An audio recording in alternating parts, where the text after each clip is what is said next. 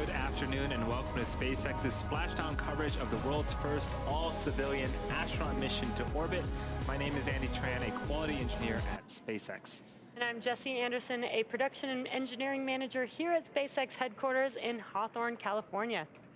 Today, we are awaiting the return of our four incredible civilian astronauts, Jared Isaacman, Dr. Scian Proctor, Hayley Arceneaux, and Chris Sembroski. These four astronauts are wrapping up the third and final day on orbit in preparation for splashdown in the Atlantic Ocean off the coast of Florida at approximately 4:06 p.m. Pacific time in just about an hour from now. The crew's return to Earth officially began yesterday around 3:19 Pacific time when they initiated their first downhill phase burn, followed by the second downhill phase burn roughly an hour later. Now, each of these events involved short firings of Dragon's Draco thrusters to lower Dragon's altitude in advance of re-entering the Earth. Following these two burns, the crew finished out a day of medical research, calls with family, and then turned in for their last night of sleep on Dragon around 2:30 a.m. Pacific time. Now, just before 1 p.m. Pacific time today, the Inspiration 4 crew donned their spacesuits and made their final cabin preparations before they begin the last series of operations prior to splashdown. Yeah, we have a lot of events coming up today, so let's walk through the dynamic activities ahead of us this afternoon. Coming up in a few minutes at 3:09 p.m. Pacific time, we have claw separation. Dragon has to move into the proper attitude or angle in order to separate the trunks so that they don't deorbit together.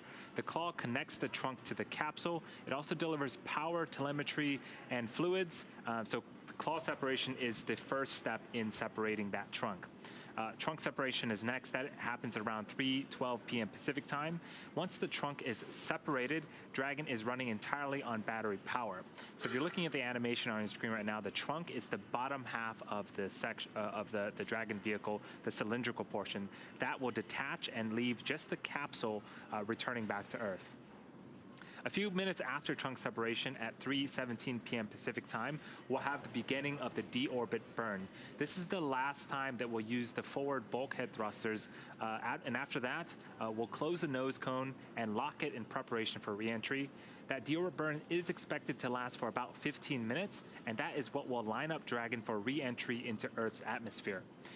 As the cabin continues to increase in temperature a little bit, there's nitrox that is used to cool the cabin and the suits to keep the crew nice and comfortable. The orbit sequence start in 5 minutes. You are now live.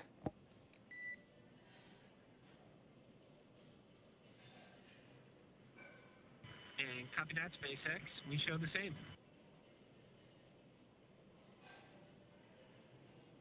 So what we heard was the crew operations and resource engineer, also known as the core, communicating to the crew on Dragon. We'll hear those throughout the cast today as Dragon continues to prepare for deorbit and eventual splashdown on Earth. But so as we begin the deorbit burn and Dragon begins to make its way back to the Earth's atmosphere, we do pump nitrogen and oxygen through the cabin to make sure that the astronauts are nice and cool.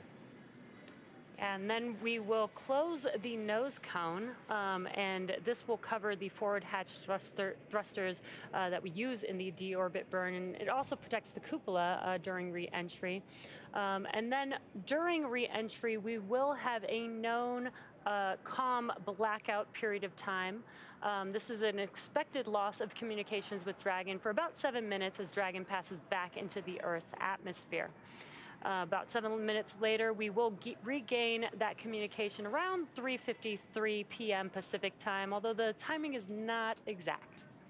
A few minutes after we get communications back, we're going to start to deploy our parachutes. First up, we have the Drogue Parachutes, and on screen now is test footage of the Drogue chutes and the main chutes, testing the parachute system, make sure that everything is good, and these have gone through numerous amounts of tests to make sure that they are safe for flight. The Drogue chutes are two smaller parachutes that are designed to stabilize the Dragon and slow it down before release of the main chutes, which you just saw on screen. Those are the four orange and white larger parachutes that will further slow down the spacecraft. Over the course of the 3-minute descent, the Drogue and mains work together to bring vehicle velocity down from 350 miles per hour to just 15 miles an hour, at which point we have splashdown. That's expected to occur right at 4:06 p.m. Pacific time. After we splash down, we have about an hour before the recovery crew and recovery team goes through their checklist of procedures before we can get the crew out of the capsule. So we do have a very exciting day ahead of us. Now, once it's time for our crew to deorbit and splash down back on Earth, they'll be heading to one of the targeted sites supported by SpaceX. Now, all of these sites are located off the coast of Florida, either in the Gulf of Mexico or the Atlantic Ocean. And spreading the supported sites across multiple locations helps to maximize the return opportunities for this mission and future crews, lowering the chance that we'll have to wave off due to bad weather. Now, since Dragon is capable of splashdown on either side of the Florida Panhandle, we have 2 identical and fully equipped recovery vessels ready to support, one in the Gulf of Mexico and the other in the Atlantic Ocean. And it looks like we also got a live view onboard Dragon with our Inspiration 4 crew. Yes, this is the over-the-shoulder view. On the left-hand side, that is the mission commander, Jared Isaacman, and to his right is the mission pilot, Dr. Cyan Proctor. So what they're interacting with are some LCD screens on Dragon that gives them a ton of information about the vehicle, about the mission profile, and they'll be tracking the Dragon vehicle all the way down to splashdown today. Yeah, and Dragon is flying autonomously, but they will be following along with each dynamic event that happens, so that they are aware of every event that does happen, as they're going to feel a lot of the things that are happening. Yeah, so we're expecting them to experience about 3 to 5 Gs on re-entry, and I believe, is he watching a movie? That is great. They're just relaxing, very nice and comfortable inside Dragon. Yeah, it looks like they're entertaining themselves on their flight back home, essentially. Yeah, so that tablet that's attached to Chris Sembroski's thigh also provides them with a ton of checklists throughout their duration of the mission. It also provides them with some entertainment as well, which Chris is enjoying. And I would be remiss to mention that Hayley, who we got a brief shot of, she was sitting on the far right-hand side next to the window of Dragon. Hayley Arceneaux is the medical officer, and that will round out the Inspiration 4 crew. So in the lead up today, SpaceX selected primary and alternate splashdown locations off the coast of Florida. The selection process works with a lot Dragon, deorbit sequence start. And copy that, SpaceX. We show same. Cool, so we got the call from the core that the deorbit sequence is starting. Again, we're going to be starting off with the separation of the claw and then eventually the trunk. So again, you'll hear those beeps throughout the cast today. Those are Quindar tones, and effectively what those do is they help to clear the air to make sure that communication to and from the crew and ground are nice and clear. So Jesse and I will try to pause and make sure that you guys also are able to listen in to that as well.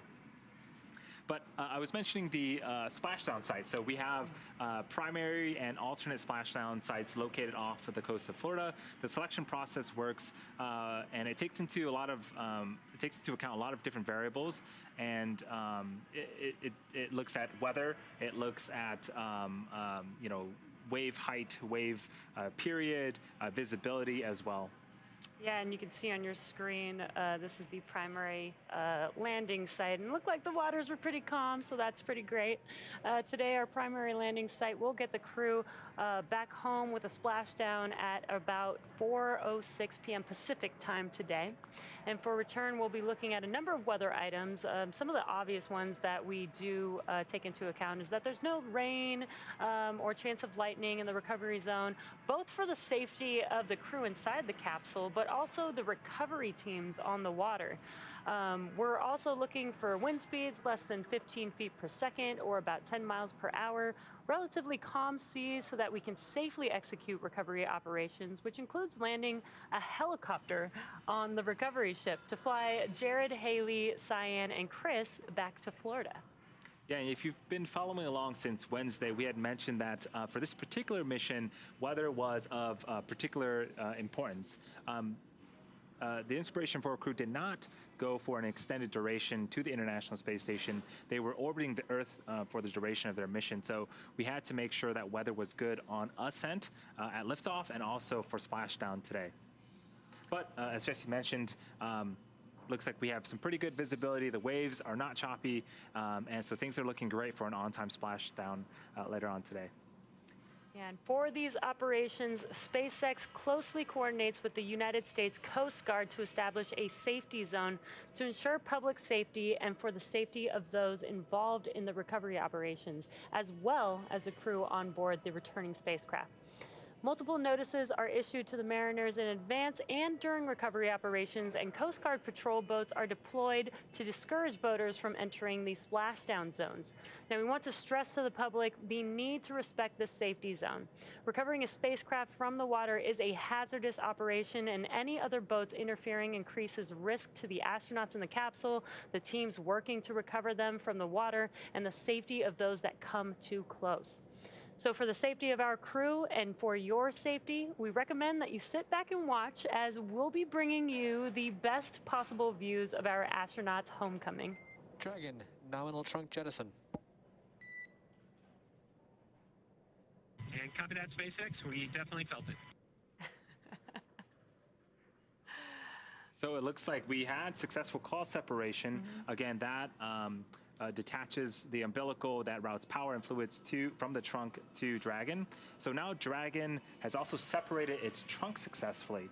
And so that does a couple of things for us.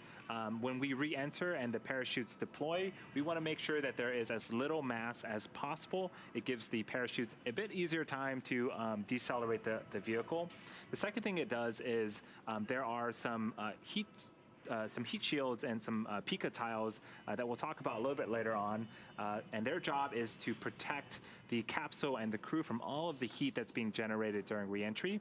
Jettisoning the trunk exposes that heat tile and allows it to face forward during reentry. Yeah, and again, now the Dragon capsule is on battery power.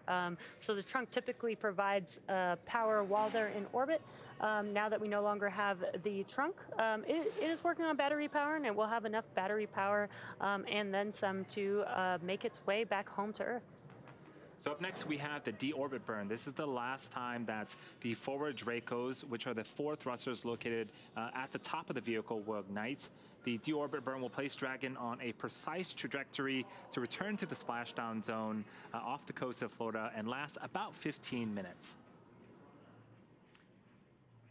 Yeah, and again, this journey back home actually started yesterday with 2 phase burns.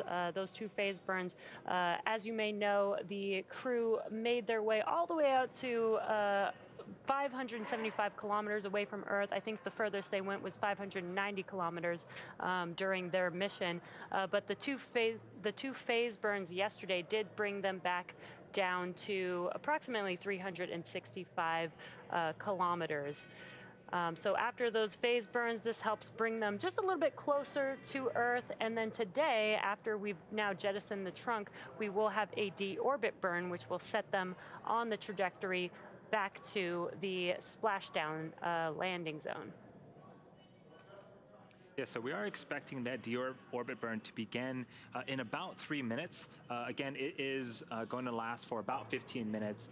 And as Jesse mentioned, that is sort of the final burn before Dragon begins to reduce its altitude, get away from that orbital velocity of 17,500 miles an hour, and start to make its way to its splashdown zone off the coast of Florida.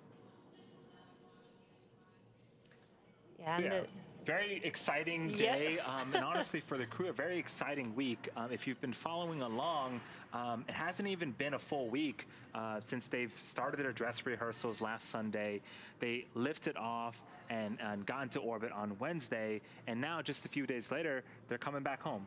Yeah, and this has been such an incredible mission. Again, this mission was to help fundraise money for St. Jude.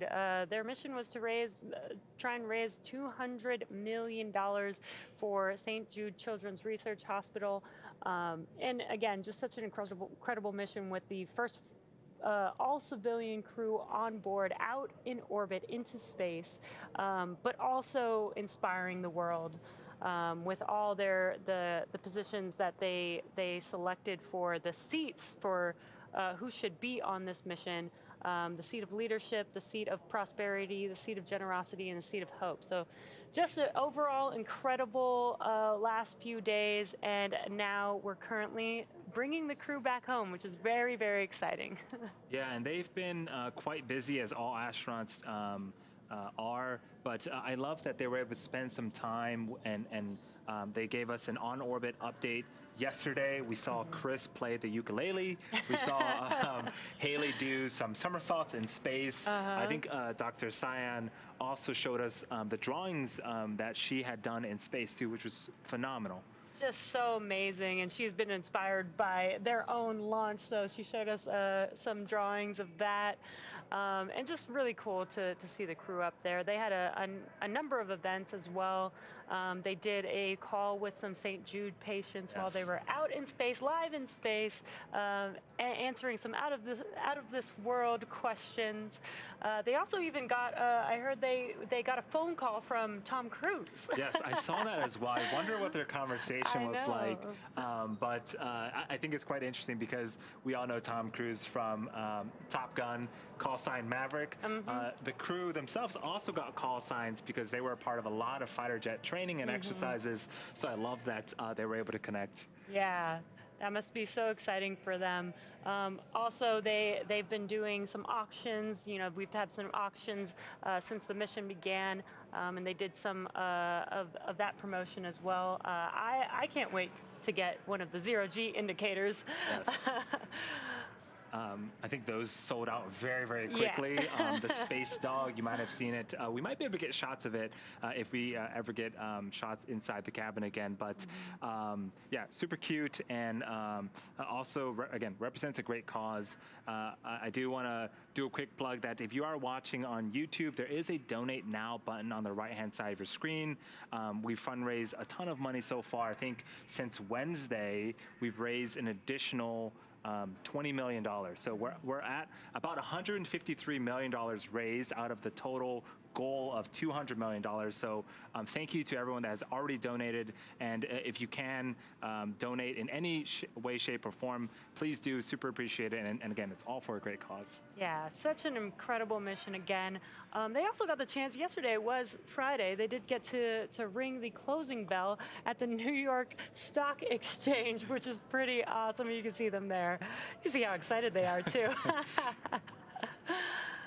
Yeah, I think every time we've seen the crew, they've had smiles in their face, even during ascent, right? We saw Dr. Cyan just exuding excitement. And so this crew really is something else. And I'm so glad that they got to experience the things that they experienced, and all the outreach that they've done so far is quite amazing. Yeah, and for the first all-civilian crew, these are some pretty incredible people. If you've been following along, or if you haven't seen it yet, Netflix and Time have a documentary on the crew and on the mission.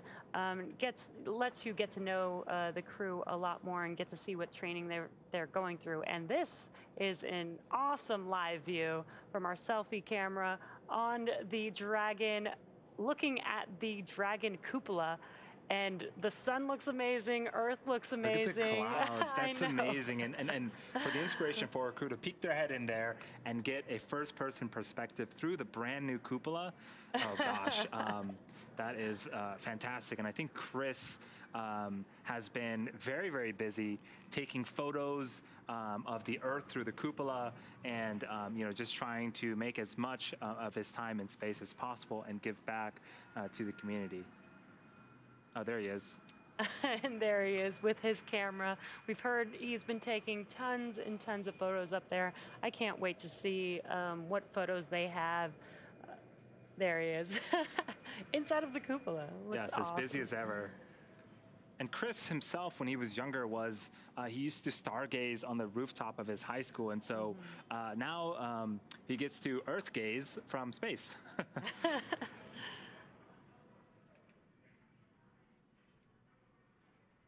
So we are getting confirmation that the deorbit burn has already begun. We're well into it. Again, it's going to last for about 15 minutes and end approximately at 3:32 p.m. Pacific time. Yeah, and again, in the last 10 minutes or so, we've had a number of events during this deorbit sequence.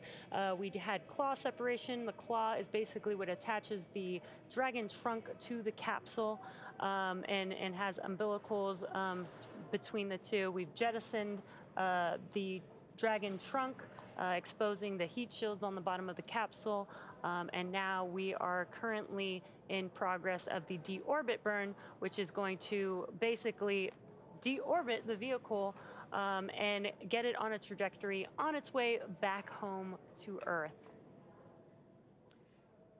Yeah, the deorbit burn uses the Draco engines on Dragon. There's 16 of them on the forward, sort of underneath the nose cone. There are 4 there, and after we're done with this deorbit burn, we're not going to need those 4 anymore, so we'll close the hatch. Dragon also has another subset of engines known as the Super Dracos. We're not using them as part of the Splashdown. They're super strong, and they're really only reserved for the launch escape system during ascent or in case there was an emergency, but we're just relying on the Draco engines right now. And what you're looking at on your screen is a live view inside of Dragon. And on your left-hand side is the commander of this mission, Jared Isaacman. On the right-hand side was Dr. Cyan Proctor, the pilot for the mission. And again, awesome view from the outside looking at the cupola on the Dragon and the 4 Draco thrusters. This is actually the location of where those 4 Draco thrusters are.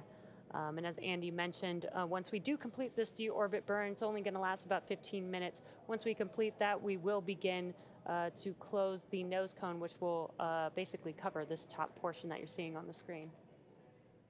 Yeah, I love this shot.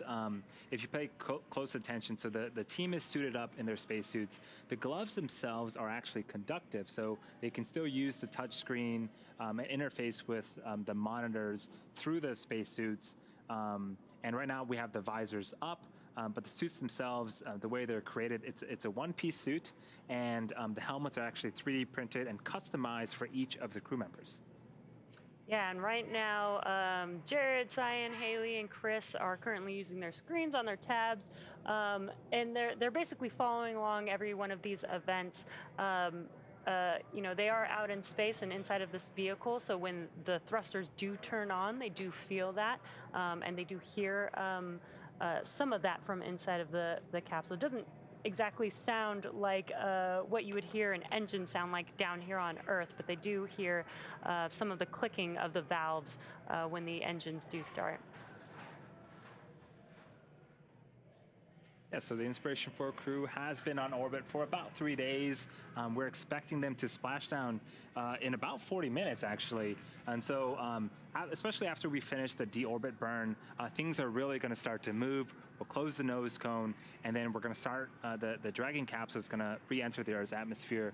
We're going to go through that period of communications blackout for a couple of minutes. And then the parachutes will deploy, and we're going to see them back here on Earth in just under 40 minutes. Yeah, and this is a significant thing to mention. There will be a blackout period for approximately 7 minutes, and that happens when the vehicle does enter back into the Earth's atmosphere. Outside of the Dragon capsule will heat up to almost 3,500 degrees Fahrenheit. And what that will do is cause a layer of plasma around the vehicle, which will prevent some comms from coming through. But once they are through that period, we should be able to regain those comms. The core here in Mission Control Hawthorne will do some comm checks to make sure that they have reestablished those comms between Dragon.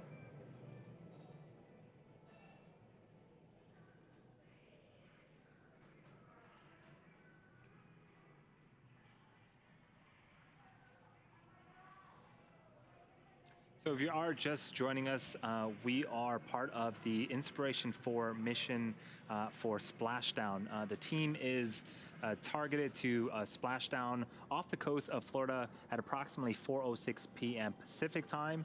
Right now, we are in the middle of our Deorbit Burn. So this is the final burn before the Dragon spacecraft really is on its final trajectory towards that targeted landing site. 9 minutes.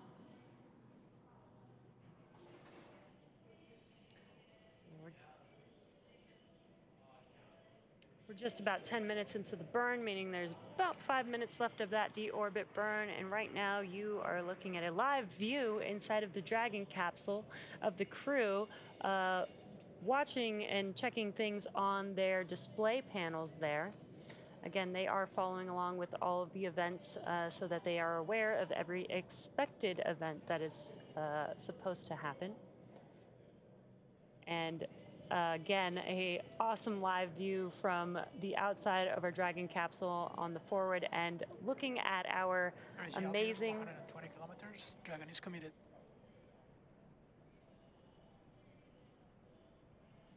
We just heard some comms that Dragon is committed. What that means is that they are committed to return back to Earth.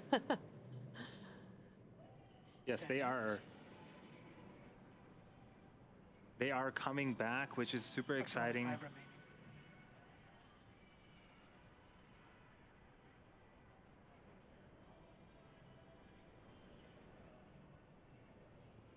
So I should mention at this point, Dragon itself is an extremely intelligent vehicle. It is largely autonomous and effectively flying itself. So it knows where it's at, its position in space. It knows where it's headed. It has the ability to adjust its attitude or angle and trajectory as needed to make sure it is headed where it needs to head. And so even through the communications blackout period, again, due to the temporary buildup of plasma that interferes with communications, even through that period, the crew really just has to sit back and enjoy the flight, because Dragon is smart enough to know where exactly it's going to be.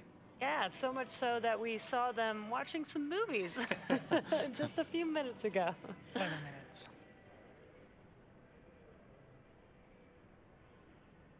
You are hearing on the comms just some status updates of that deorbit burn. Again, this deorbit burn lasts about 15 minutes long, and we're getting close to completion here.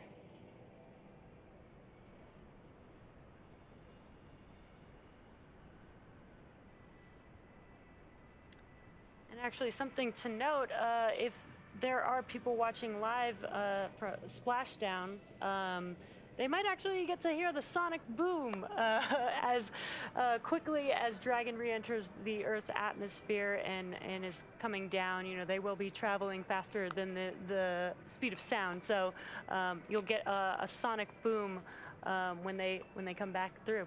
Yeah, I think that the folks that are nearby or live close enough to the coast, they might even be able to see Dragon. It is a daytime splashdown, which is super exciting. So yeah, in about 35 minutes, we're expecting Dragon capsule resilience flying for the second time and returning for the second time, and the Inspiration 4 crew members to return back to Earth and splash down into the coast, off the coast of Florida. Yeah, and again, we just heard a call out that we're probably about 3 minutes away from that deorbit burn completing. But yeah, Andy, it's been so exciting. Just this mission overall has been so incredible. Again, the first all-civilian crew to go to orbit, and they're raising money for St. Jude. It's just been an incredible mission so far. They've been out in space, you know, talking to St. Jude's patients, raising money, doing some science experiments for us so that we can see, you know, what does microgravity do to, you know, the regular person like you and me. 13 minutes.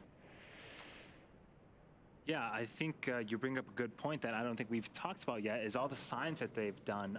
We saw earlier in the week some experiments with some portable ultrasound devices. There's an experiment to study how fluid shifts and sort of the relevance of up and down in space that could potentially help contribute to motion sickness, both in space and back here on Earth. But the really cool thing, in my opinion, is all the data that they're going to gather, that's going to be put in a repository, and everyone has access to it, essentially.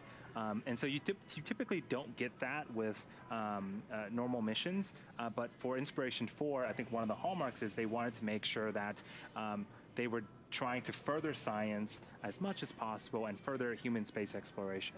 Yeah, having the access to that data available to literally the entire world only allows you to have, as many people to utilize that research and be able to do something with it.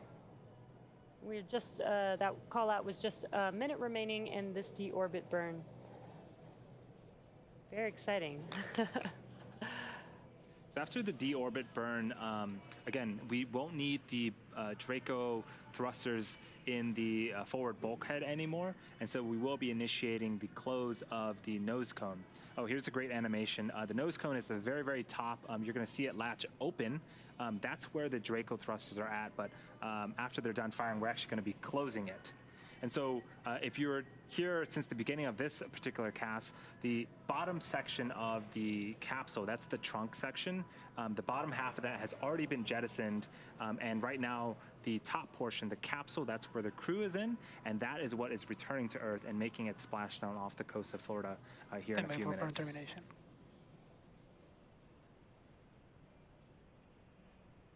Burn stop. Nominal burn. Good targeting. Dragon, Deorbit Burn complete, performance nominal. Nose cone closure is initiated.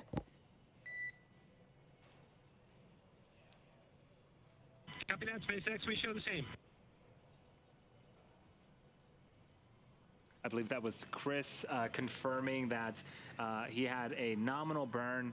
Everything seems to be going great. And now, again, we've initiated the close sequence of the nose cone. So in the background, Dragon is currently inhibiting those forward bulkhead Draco thrusters that we had just used to complete the deorbit burn, ensuring that it's safe to latch the nose cone shut for re-entry. The vehicle also initiated the nitrox suit purge, and this will help keep the crew cool and comfortable during re-entry, which is coming up in about 20 minutes. At this point, the nose cone is closing and protecting the forward hatch for re-entry. The crew is using the screens that we saw earlier to monitor the locking of the nose cone, which is done actually by a set of hooks. Yeah, and again, the nose cone doesn't just snap shut. It does take a few minutes, I think about 4 minutes or so to close. It is a very, technically and structurally sound seal that needs to happen there. So it needs to be very precise, which is why it's a very slow mechanism to make sure that it's closed. Yes, and we mentioned earlier, as Dragon is re-entering, it's going to form plasma, and plasma is effectively superheated Slow gas. to bias. Entry attitude complete.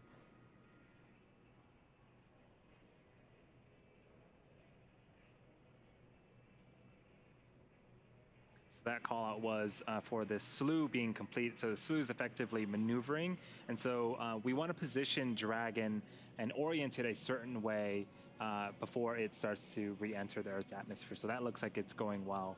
But I mentioned a little bit about the temperature buildup around the heat shield and Dragon.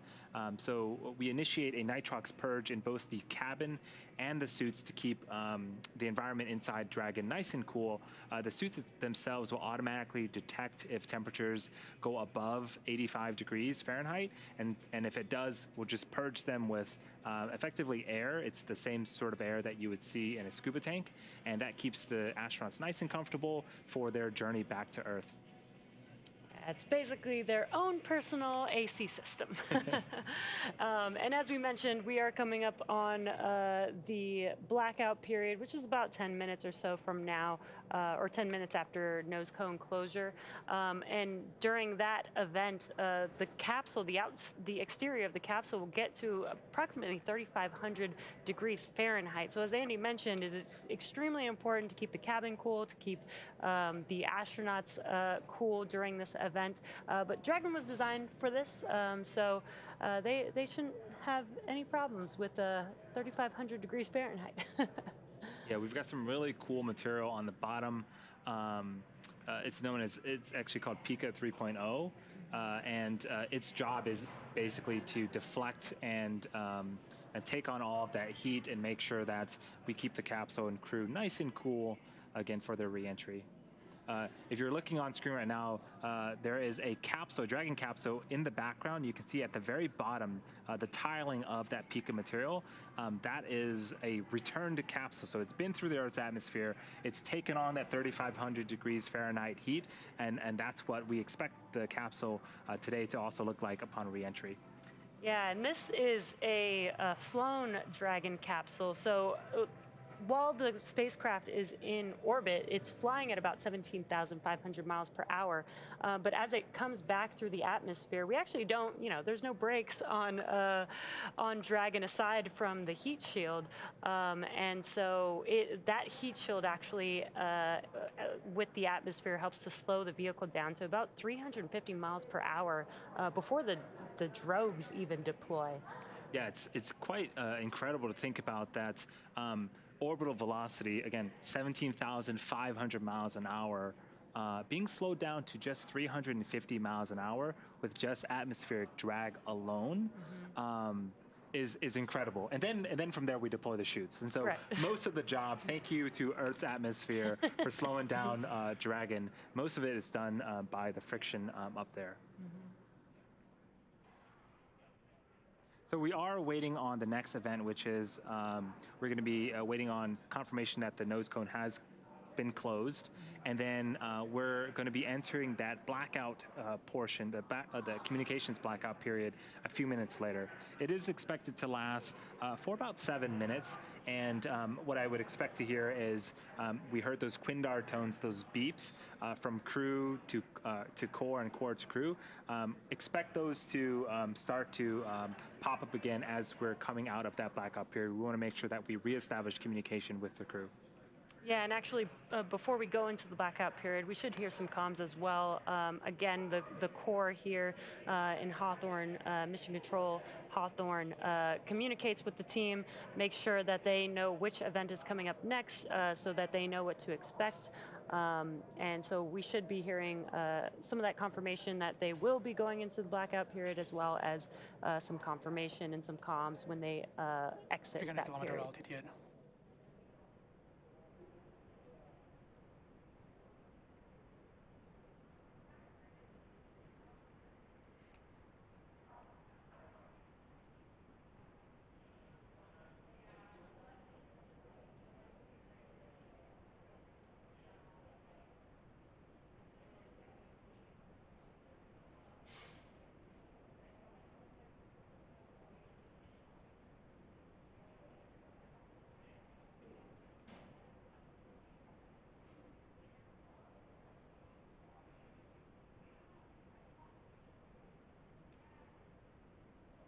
So again, we are currently just waiting for confirmation of nose cone closure. Once we confirm that, the next event after that will be the blackout period that we have mentioned. Again, that will last about 7 minutes.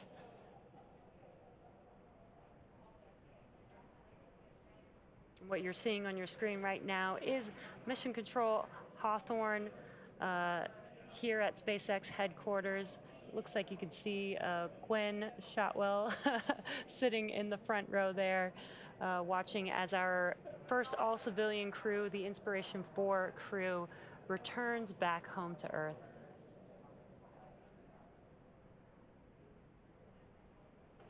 Yeah, and the recovery team and the launch team did a great job looking at weather, looking ahead, because Florida weather in the fall it can be tricky, but we got excellent weather during liftoff on Wednesday, and a pretty darn good weather right now for Splashdown as well. Yeah, when we did get some live views of the seas there, it did look pretty calm, which is exactly what we want. We want to make sure that during recovery, we have some steady seas, not just for the crew. Dragon, nose cone is secure for entry. that, SpaceX. We show the same. Sounds like we got that confirmation of nose cone closure.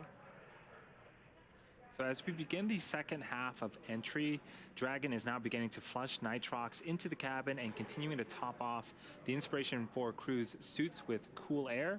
Again, this is what will allow the cabin temperature to remain comfortable, while external temperatures can reach upwards of 3,500 degrees Fahrenheit. Again, the heat shield is pointing forward. That's the leading structure that is going to be heading into re-entry, and that's going to be what leads the capsule to the landing site. And again, the exterior of the capsule will get to approximately 3,500 degrees Fahrenheit, but again, Dragon was designed for this dynamic event, so there will be some cool air inside of the cabin. It's environmentally controlled, as well as through their suits.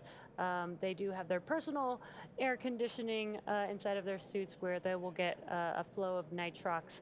And as Andy mentioned earlier, there are sensors in the suits, so they don't even have to think about if they're getting too hot or not. The suits will just automatically keep the environment controlled inside of their suits for them. Okay, this is a great view of the suit.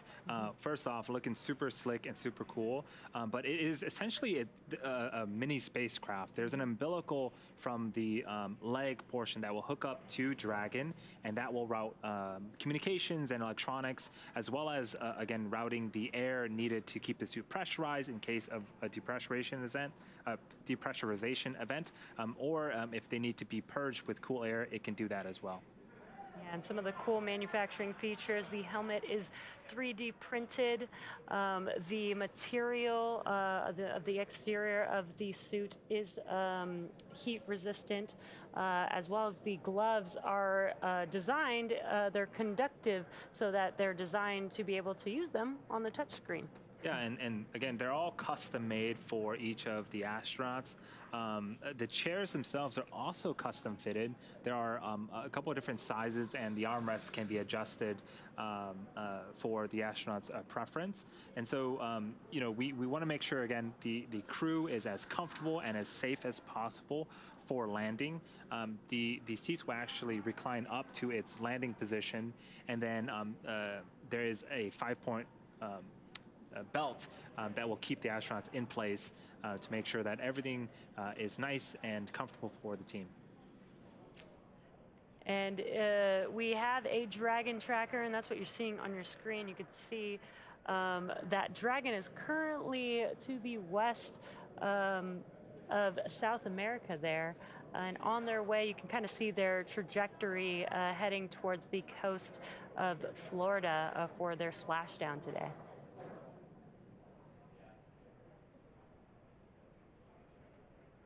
So yeah, we are expecting to enter that that blackout period in about 2 minutes here.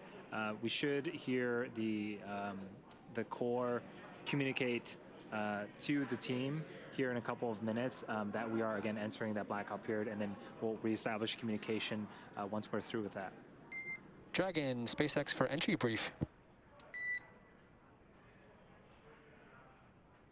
Go SpaceX. Jared, you're looking good. No deltas to timeline. Vehicle's nominal, tracking no issues. The Deorbit Burn was right down the middle with nominal landing site targeting. No deltas on weather or recovery, and we're looking forward to having you home shortly.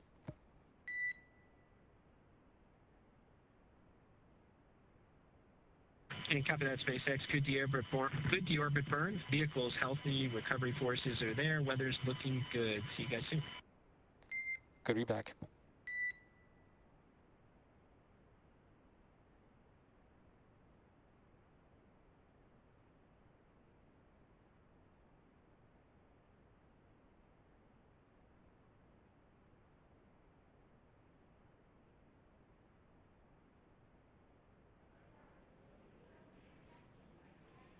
So we heard some awesome calls from the core. The Deorbit Burn looked good. Re-entry and weather all look good. So everything you would want to hear for Splashdown, we got it. And so things are looking great for Splashdown in about 20 minutes here. So Super exciting, and things will start to get very, very dynamic, and a lot of events will happen over the next 20 minutes or so.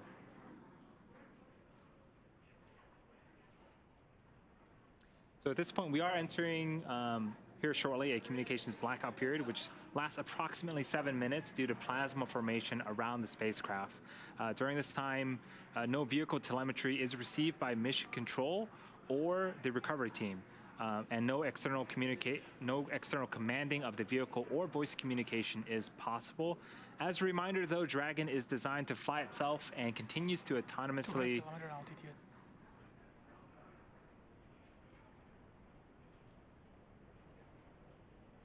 So Dragon is designed to fly itself and continues to autonomously use its Draco thrusters to orient itself during re-entry. So during re-entry, the vehicle will be slowing down from orbital velocity, which is approximately 17,500 miles an hour, all the way down to about 350 to 400 miles an hour before we deploy those chutes. And we did hear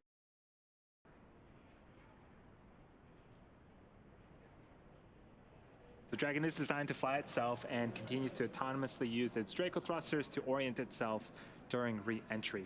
So during re-entry, the vehicle will be slowing down from orbital velocity, which is approximately 17,500 miles an hour, all the way down to about 350 to 400 miles an hour before we deploy those chutes.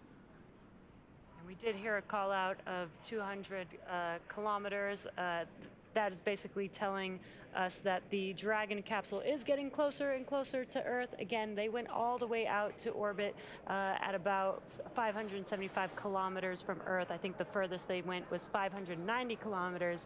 But now they're on their way back home, so they're approximately 200 kilometers at this moment. And again, today we are bringing the crew back home. We've begun several operations during this deorbit sequence, but actually deorbit and return home began yesterday. We did have a couple phase burns yesterday that brought the vehicle down to approximately 365 kilometers, and now we're getting closer and closer to bringing the crew back home. It's getting really exciting over here. Can't wait to see them back on Earth after their trip to orbit. Yeah, so Jesse mentioned yesterday we started some downhill phasing burns. There were 2 of them to lower the altitude.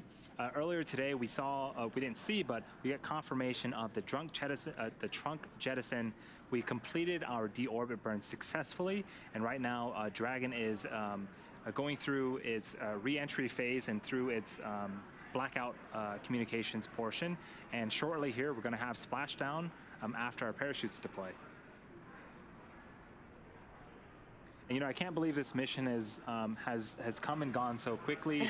The crew has been, again, super busy, and I do want to remind all of our viewers that this Inspiration 4 mission, this Inspiration 4 crew, it's all for a great cause. We want to make sure that we further human space exploration. We want to do a ton of science, and we want to fundraise for St. Jude Children's Research Hospital. The goal is $200 million.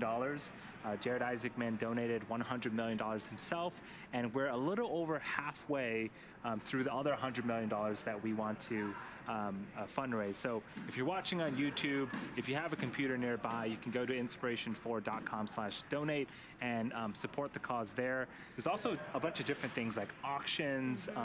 Dragon, SpaceX, please verify crew entry preparations complete with tablets, restraints, visors, and feet. And copy that, SpaceX. We were just waiting a little bit longer, but we'll do it right now.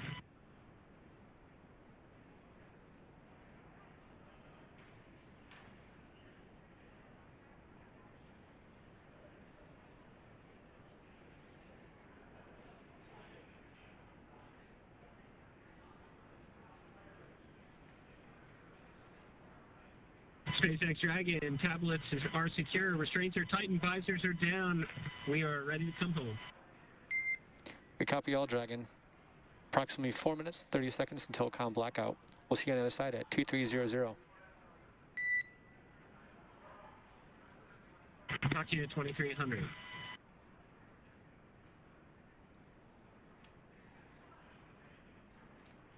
just under 5 minutes away from that blackout period. So what you're seeing on your screen is the core, the crew operations and resources engineer communicating with the crew on board Dragon, preparing for re-entry back into the Earth's atmosphere. So they're closing their visors and making sure that their 5-point harnesses are secure, basically doing all their preparations for that re-entry.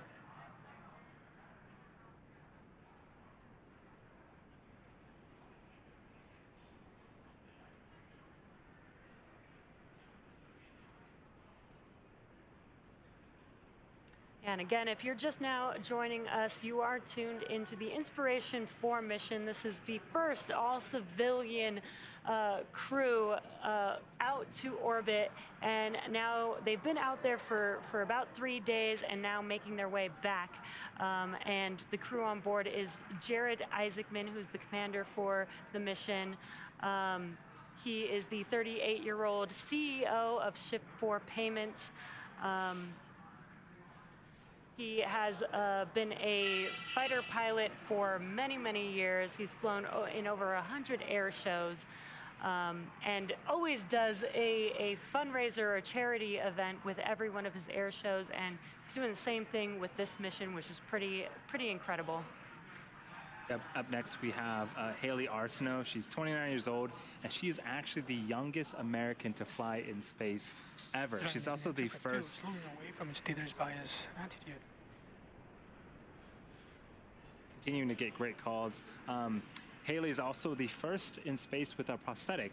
She is a pediatric cancer survivor and also a physician assistant at St. Jude Children's Research Hospital, same place that saved her life when she was 10 years old. Got Dr. Cyan Proctor on board, making her way back home with the crew. She is the 51-year-old mission pilot for this mission. She's from Tempe, Arizona, and she holds the seat of prosperity. She actually was awarded this seat 2 minutes to expected com blackout. We got a 2-minute call out for that expected blackout period. But Dr. Sian Proctor actually was awarded the seat for starting her own, basically, business for her artwork and her poetry. But she's also an incredible human being. She's an analog astronaut. She's always wanted to go to space. Almost became a NASA astronaut at one point. To initial entry, attitude complete. And now she's on the crew and was able to accomplish her dream. And last but certainly not least is Chris Sembroski. He's 42. He's a data engineer at Lockheed Martin and a United States Air Force veteran, a space enthusiast through and through. And you know, I was watching the docuseries, and he's just a husband and father first and foremost. And so those were our 4 crew members that are currently making their way back home, back down to Earth, and as part of the Inspiration 4 mission. I'm so excited to see them come back home, and I can't wait to hear their stories from being out in space. Again, just the first all-civilian crew. You know, they're not professional astronauts. I can't wait to hear their stories coming back from that. Yeah, it looks like they've had a really fun time. I was watching the interview with the St. Jude children yesterday, and they were throwing M&Ms all over the capsule. Thermodynamic acceleration. And with the microgravity just darting them down and trying to chase them down. So they're obviously very, very good friends, and you know, work very, very well together.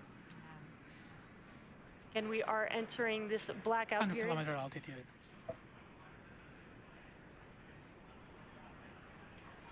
We are entering this blackout period that we have mentioned.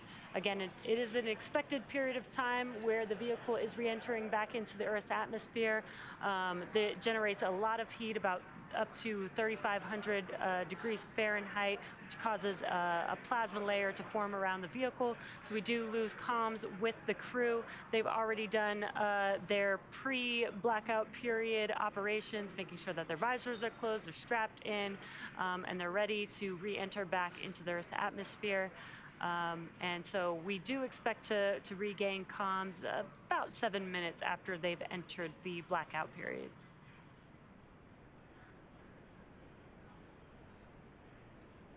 So the view on your left is Mission Control in Hawthorne, SpaceX's headquarters.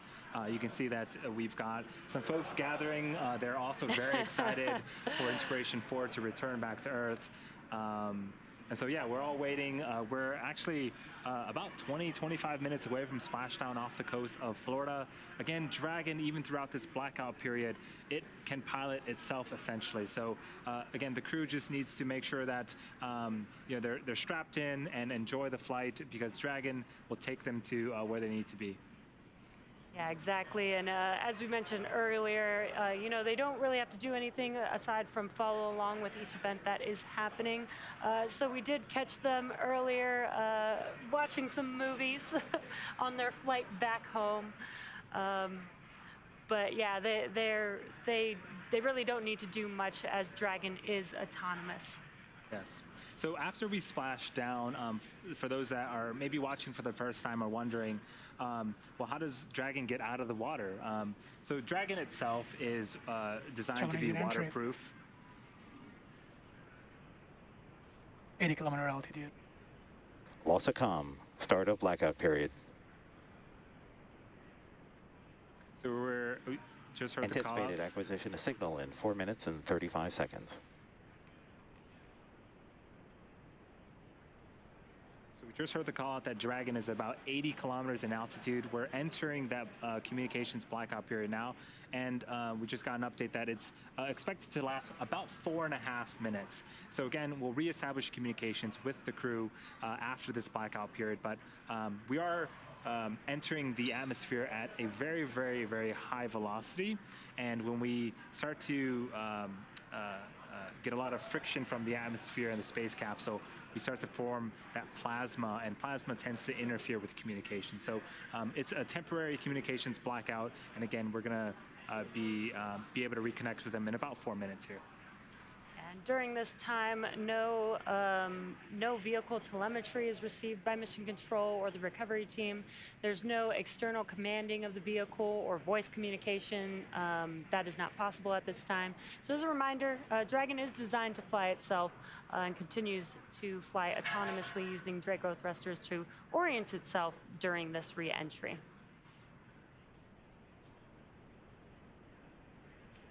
Now, during this re-entry, the vehicle will be slowing down the orbital velocity from 17,500 miles per hour, and the use of just the atmosphere will bring the vehicle down to about 350 miles per hour before we even deploy the drogue chutes.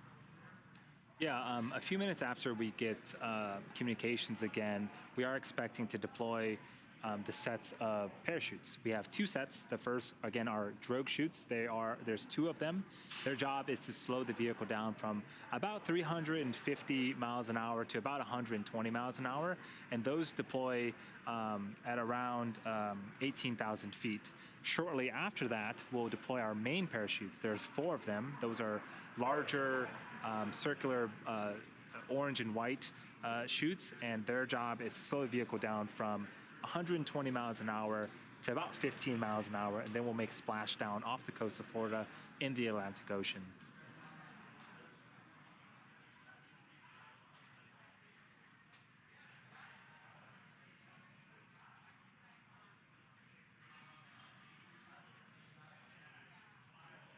So yeah, Dragon is, again, flying itself. Even the chutes that I had just mentioned about, there's sensors on Dragon that detect altitude and pressure, and they will determine when to fire those parachutes. And so pretty much everything on Dragon is autonomous, and again, it's steering itself. It's taking the Inspiration 4 crew where they need to go for their targeted splashdown. Again, if you're just now joining us, we're currently in progress of the blackout period.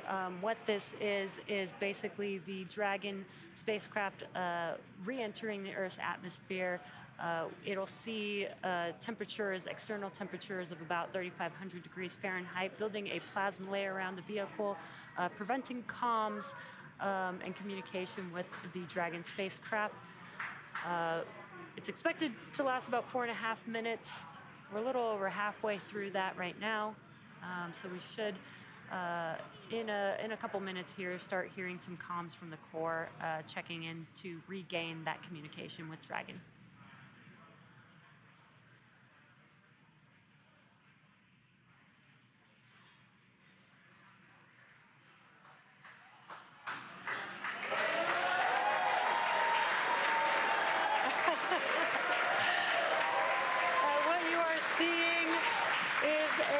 From our thermal camera, seeing Dragon coming back down to Earth right there. Yeah, this is amazing. This is the first shot of the Dragon capsule coming back as part of the Inspiration 4 mission. The crowd here is super excited seeing that for the first time as well. So yeah, a couple minutes left of the blackout period, and we should be getting comms reestablished with the crew here shortly.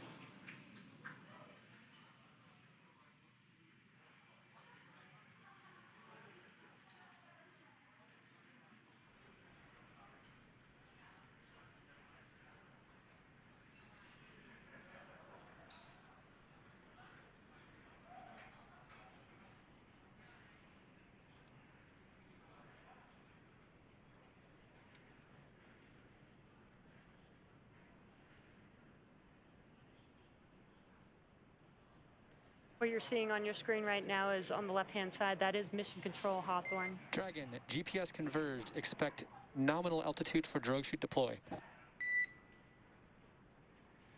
Copy that, SpaceX. We show the same.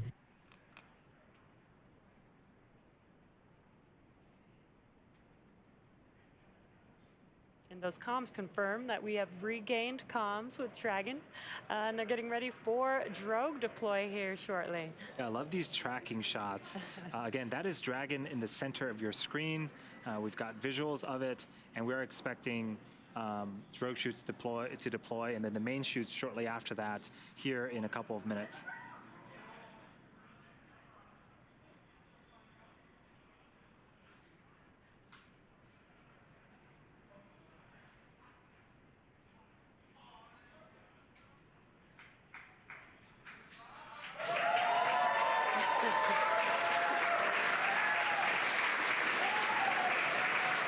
Again, a lot of excitement for Inspiration 4 crew's return, waiting on drogue chute deploy. That happens at about 18,000 feet. Dragon, brace for drogue window. Copy that, SpaceX. We're bracing.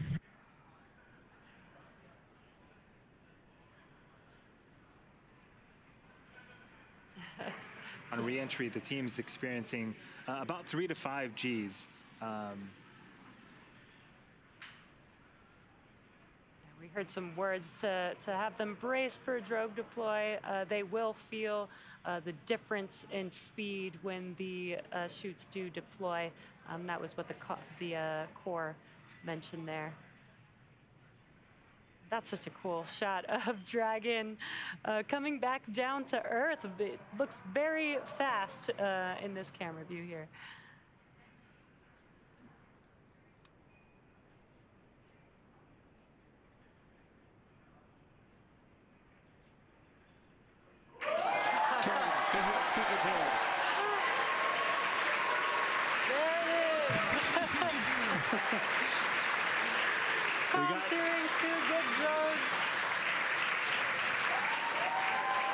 Yeah, so this is a really...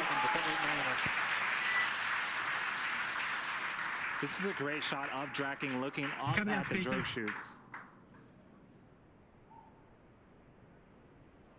A lot of communication going back and forth between the crew and ground station, but the drogue's job is to slow the vehicle down from about 350 miles an hour to 120. We are expecting the main chutes for these to cut off and the main chutes to come shortly after this.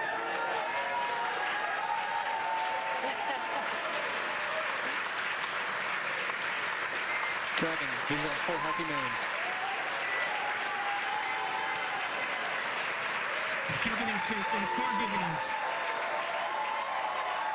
Dragon, descend right nominal.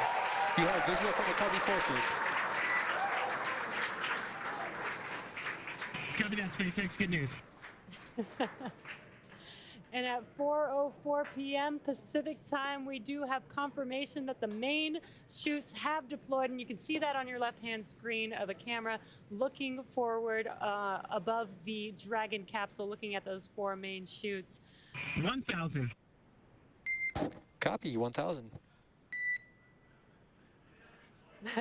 The next event coming up now is a visual confirmation of Splashdown. You can see the Dragon capsule on your right-hand screen slowly coming down now. We've talked about how fast the vehicle has been traveling, but they will be touching down approximately 15 miles per hour when they touch the Atlantic Ocean there. 800 SpaceX.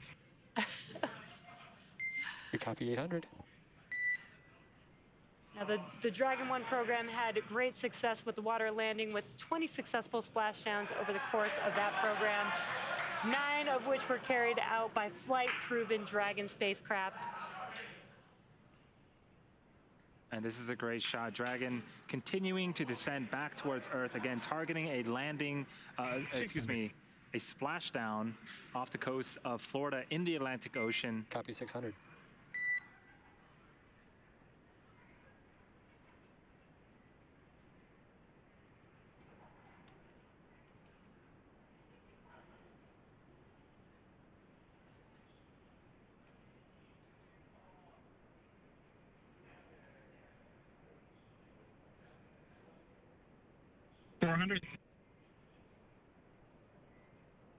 Copy 400.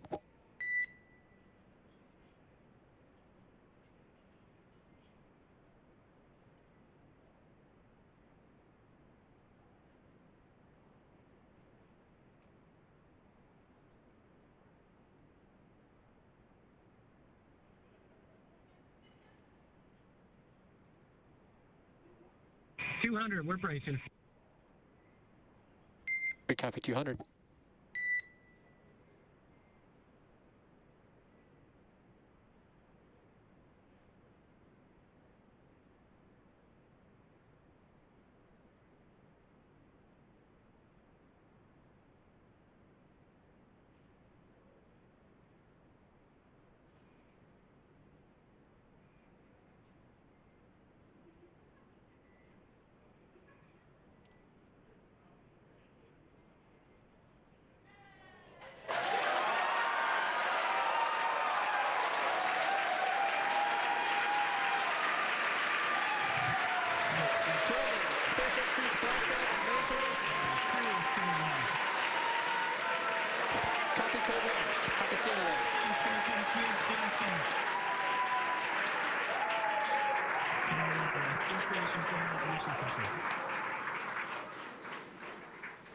Inspiration 4, on behalf of SpaceX, welcome home to planet Earth. Your mission has shown the world that space is for all of us and that everyday people can make extraordinary impacts in the world around them. Thank you for sharing your leadership, hope, generosity, and prosperity. And congratulations on your incredible journey.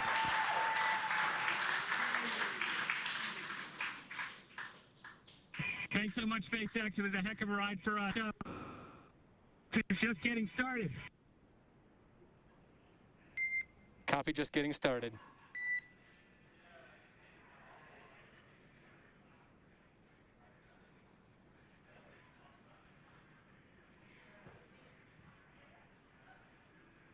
So welcome back. Inspiration 4, the Dragon Resilience capsule has returned. The crew has returned. What a phenomenal, phenomenal visual that we got. And I love that Jared said, we're just getting started. Right, this is the beginning of their journey, of the next steps to the new era in human space flight. And just, you know, what an incredible mission. What an amazing view watching them touch down and splash down into the Atlantic Ocean. You could hear the crowd here, so excited to welcome the crew back home. Yes. So we do have a couple of events that need to happen first before we can start to get the crew out of the capsule. So you can see some boats headed towards Dragon. You know, the first job is to make sure that the area around Dragon is safe to approach, and then we'll go in there, start rigging the Dragon up to be able to hoist later on onto our main recovery vessel. So we also heard that Jared had given us the confirmation of stable 1. What that means is Dragon has splashdown and is upright. There's also stable 2. Dragon can actually be upside down or sideways. It is waterproof and has systems where it can pump seawater into some bladders to help keep it upright. So again, stable 1 is the best possible scenario that we can achieve, and that's what we see on screen right now. And just something to note, there are going to be a few operations that happen before the crew can get out of the capsule, so they will be strapped into their seats, remain strapped into their seats throughout these operations until basically until hatch open once we have the Dragon capsule on board the recovery vessel. So we do have some events coming up next. The fast boats will be approaching the Dragon capsule. They'll be doing some inspections to make sure that it is safe before we begin operations to lift Dragon out of the water onto the recovery vessel. Dragon, SpaceX is go for recovery personnel to approach. Expect personnel alongside in 1 minute. And copy that, SpaceX. We're looking forward to seeing you. And Dragon, with that, we request to come aboard via display cam. And say again, SpaceX. Requesting permission to come aboard via display cam. Permission granted. Come aboard, SpaceX.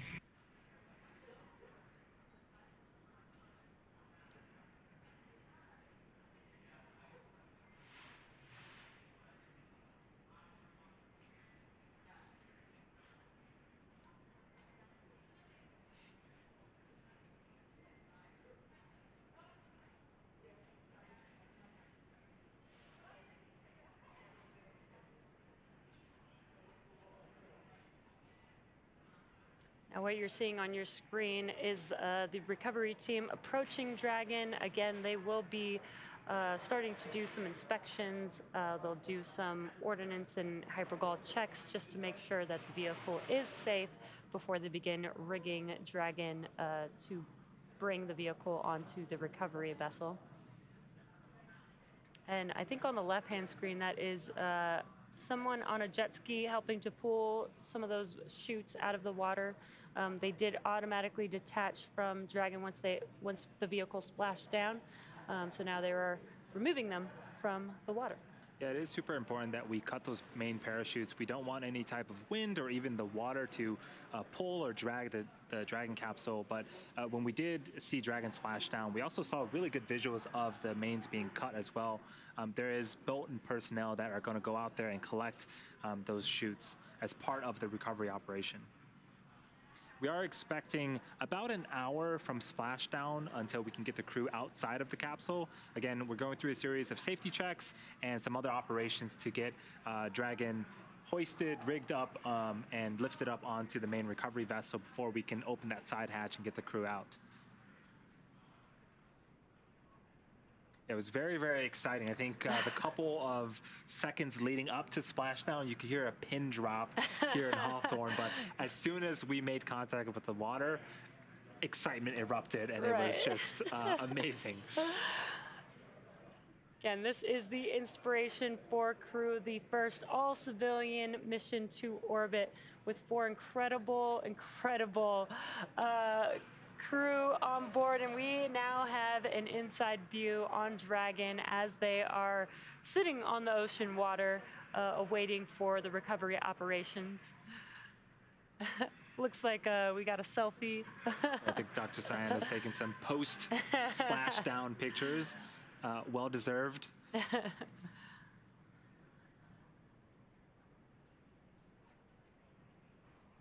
And again, this is standard procedure. We do have some crew climbing on board Dragon. They're performing some inspections, just making sure that the vehicle is safe prior to the next Dragon step. SpaceX, hypergol sweeps and ordnance checks are nominal. Rigging is in progress. Approximately 25 minutes until capsule lift. Stand by for PMC.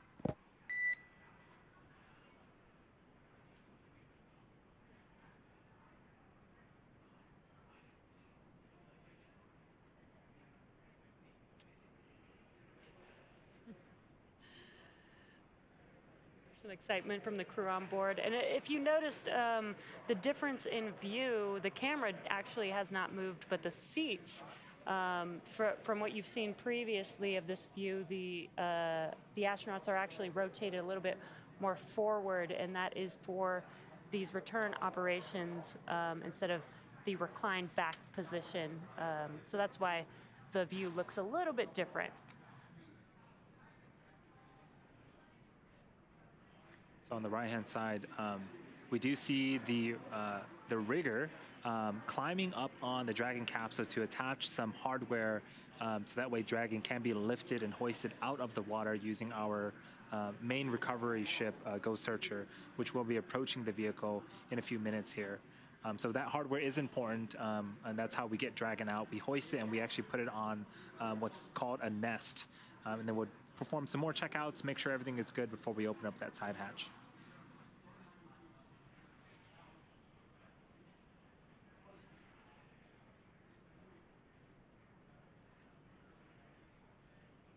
You could see one of the techs climbing on board. Crew is the Dragon capsule's exterior. They do train for this event. They do go through a lot of training to make sure that they are qualified to perform these operations.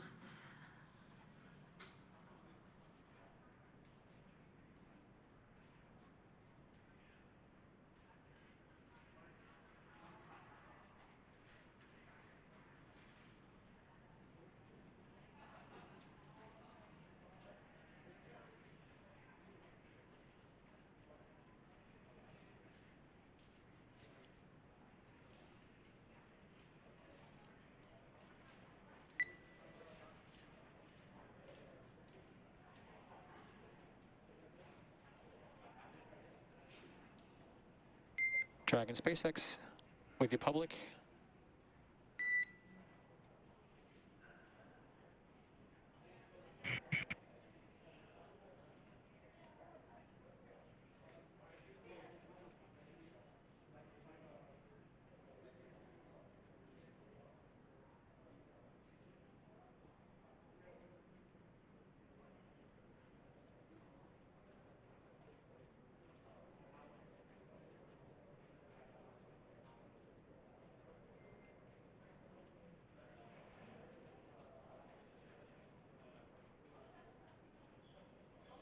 If you're just now joining us, you are tuned into the Inspiration 4 mission. The all-civilian crew has now returned back to Earth. What you're seeing on your right-hand screen are recovery operations currently in progress. The crew has already done their safety check to make sure that the vehicle was okay to approach, and now they have begun some rigging operations. They're installing some of the rigging hardware that they need to be able to lift the capsule out of the water onto the recovery vessel. And on your left-hand screen is the live view inside of Dragon of the crew. And it's just been such an incredible mission so far. Like, they lifted off on Wednesday, expected to be in space for about 3 days. They were able to perform some science experiments. They were able to do some charity events, talk to, again, this mission was all for a fundraiser for St. Jude Children's Research Hospital. So they got to talk to some St. Jude patients live while in space and doing backflips. Yeah, and to think that this crew really formed about 6 months ago, and we cannot stress that this is the first all-civilian crew. Their day job is not being an astronaut. They were trained in the same simulations and same manuals that previous Dragon crew members were trained in, and they got together, threw together this amazing mission. Again, providing fundraising capabilities for St. Jude Children's Research Hospital. They gave us a live on-orbit event yesterday. They spent a couple of days in space, did some art, did some photography, did some somersaults, and now they're back on Earth. And in a few minutes here, they're gonna take a fresh breath of fresh air from fresh breath of Earth air for the first time in about 3 days. It's very, very exciting. Yeah, I cannot wait to hear the stories that they have to tell us. You know, we did get some of those live events, but they were out there for 3 days. That's quite a bit of time being out in microgravity in a spacecraft. So I'm really excited to hear what their experiences are really like. You know, with the NASA crew missions, we typically get to hear, you know, some of their thoughts of the Dragon spacecraft. Would love to hear more from, you know, just a all civilian crew this time around, not professional astronauts.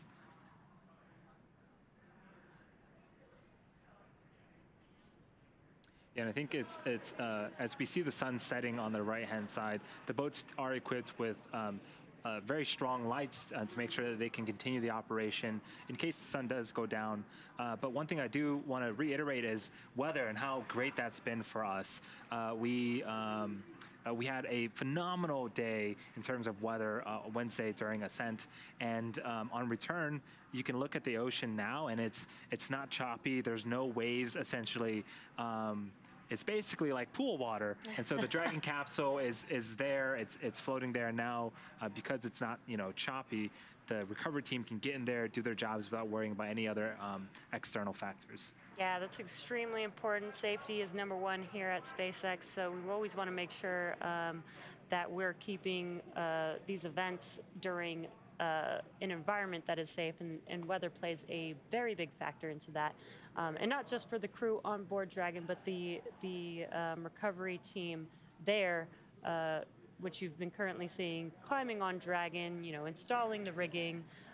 They're on boats, so it's really important to make sure that the weather conditions are accommodating to these operations.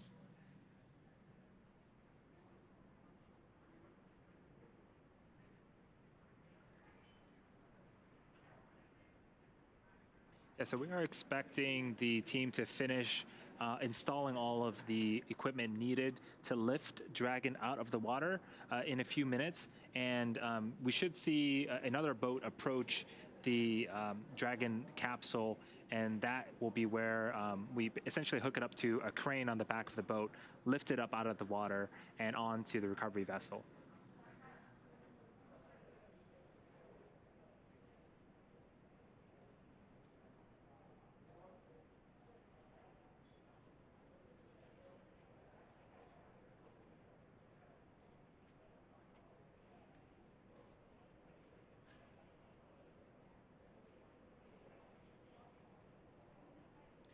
Dragon vehicle is looking nice and toasty. I think if we had daytime shots, it would look essentially like a marshmallow. Again, when it's re-entering the Earth, it can get quite hot on the exterior, and the Pika material is doing its job and absorbing the brunt of that heat.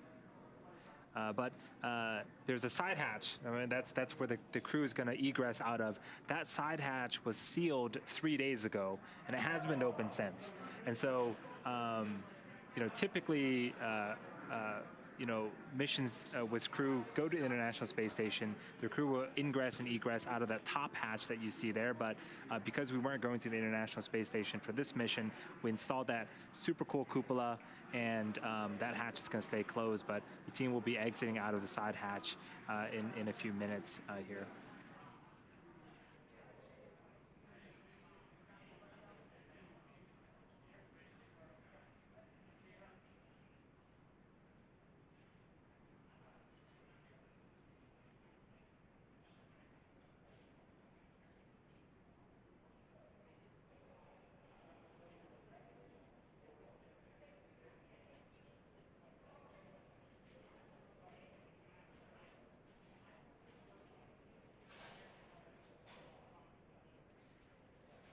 Right now, we're currently performing recovery operations.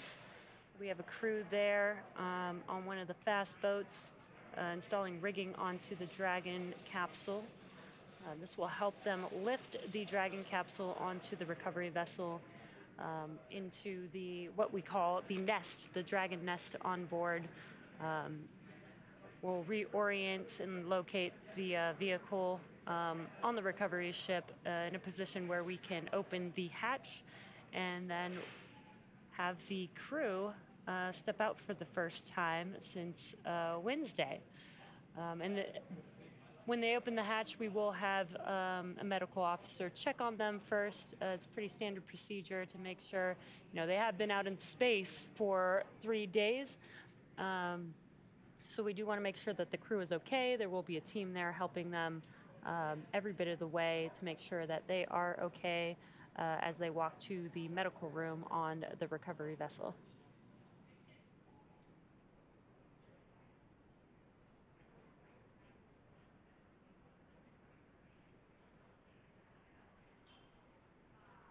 What you're seeing right now on your screen on the left-hand side is a live view inside of Dragon, view from behind the displays. On your left-hand side there, that is Commander Jared Isaacman, and to his right is Dr. Cyan Proctor, who was the pilot for this mission. They're now back down on Earth. What an amazing homecoming day for this crew. Such an exciting mission. So after landing, to recap the events, it took about 10 minutes for the recovery crew to complete their safety checks.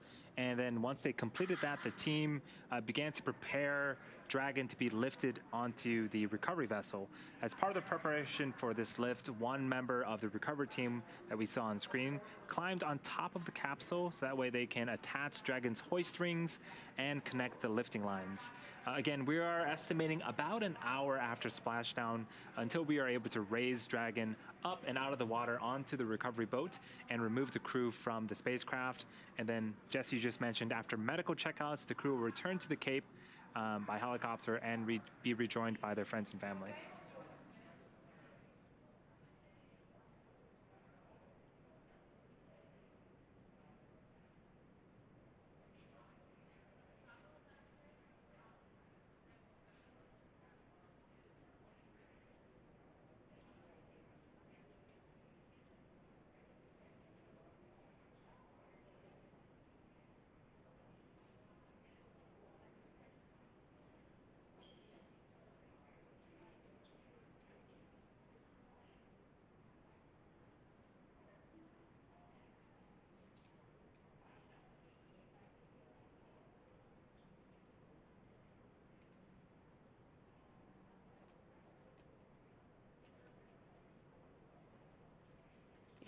If you're just now joining us, you are watching the Inspiration 4 mission.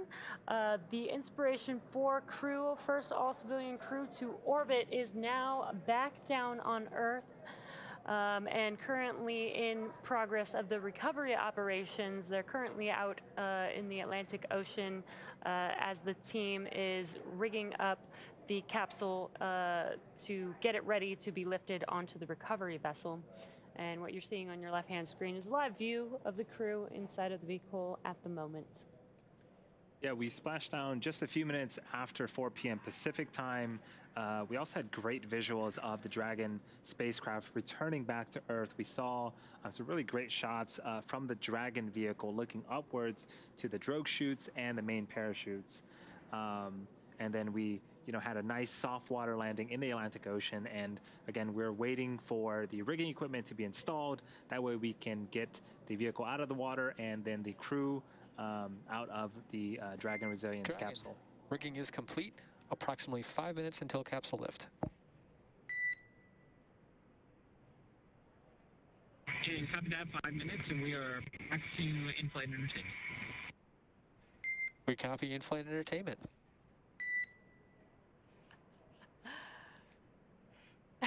The crew is having a great time with in-flight entertainment. So yeah, it looks like they're all in great spirits. We have a really cool shot on the right-hand side of the screen. That is the back of Ghost Searcher, the main recovery vessel. Dragon is in the background, as well as some other supporting recovery vessel ships as well. Yeah, this is, again, pretty incredible to see where we are today with this mission, first all-civilian crew. And ironically, it's so much like they just went and flew on an airplane as they're watching movies, waiting to you know, deboard Yes. the spacecraft.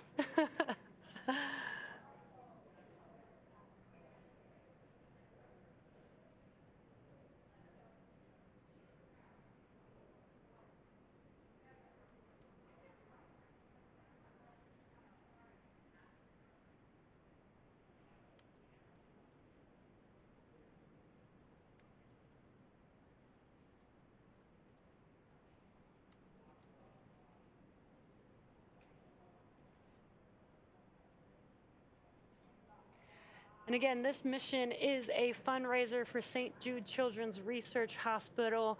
We've got some great news that we've raised up to $157 million so far. How incredible to do such a inspiring mission like this, as well as raise $157 million for such an amazing cause. Yeah, so in the last 90 minutes, essentially, we raised $4 million. Keep it up, everyone. Thank you so much. Again, it's going to a great cause, and it's benefiting a lot of wonderful people.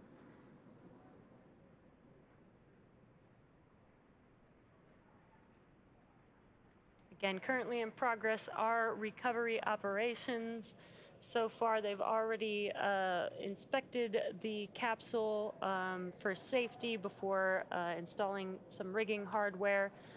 We got some comms that they will be ready for, that rigging setup is complete, and they will be lifting the vehicle in a few minutes here. Again, this is Ghost Searcher, and what you're seeing on your right-hand screen at the end of Ghost Searcher is the Dragon Nest. It's basically the nest or stand that Dragon will be lifted onto and set into.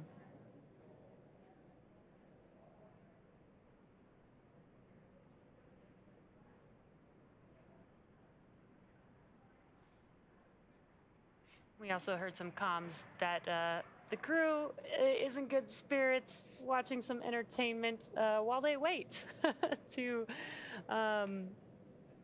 to be lifted onto Ghost Searcher and for hatch opening so that they can egress the vehicle. Yeah, they've been busy doing a lot of work for a lot of great causes. So now that they're back on land, we want to give them a very smooth experience. They can just sit back, relax. We'll take care of everything else. We can see that the gap between the Ghost Searcher boat and Dragon is starting to close. We are expecting to hoist Dragon out of the water and again put it on that nest that you see on the bottom middle of your screen in a few minutes here. And weather has been just great for us today, actually through this whole mission. This is such a unique mission where we did have to ensure that weather upon liftoff as well as return would be well, and not just the weather in the atmosphere, but the water where we are landing. And you can see on your screen that it's very calm. This makes it really a lot easier for the crew to perform the recovery operations. Just great weather all around for this mission.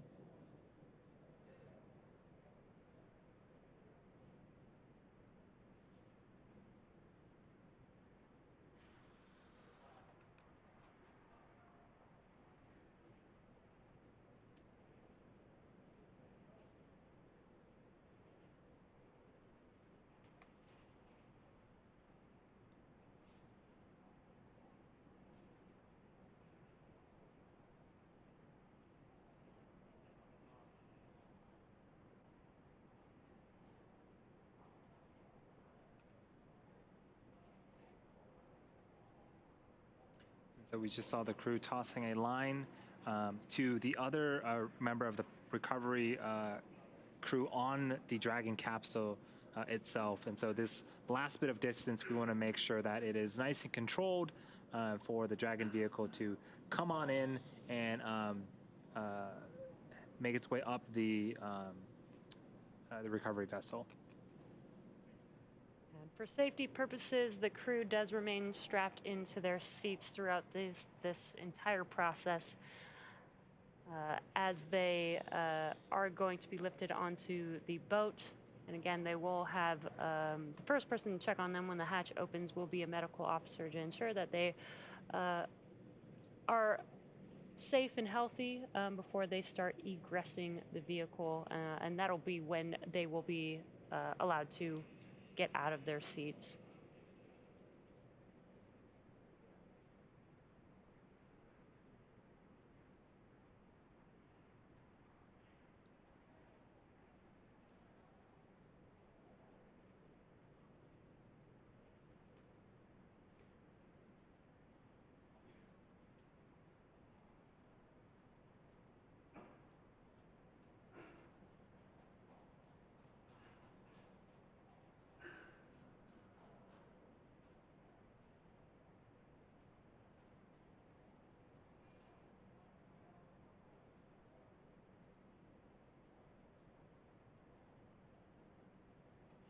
We've got a crew member on the Dragon capsule at the moment. And again, they are helping with the rigging and hoisting process to lift that Dragon capsule onto the recovery vessel.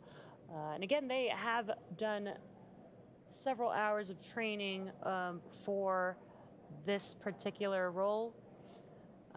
So they are professionals. Dragon, brace for capsule lift. Break.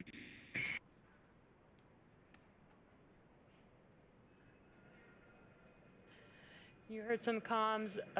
They are getting ready to lift the Dragon capsule. You saw the last recovery crew member hop off of the Dragon capsule into the water and onto the fast boat there as they clear the way for lifting the Dragon capsule.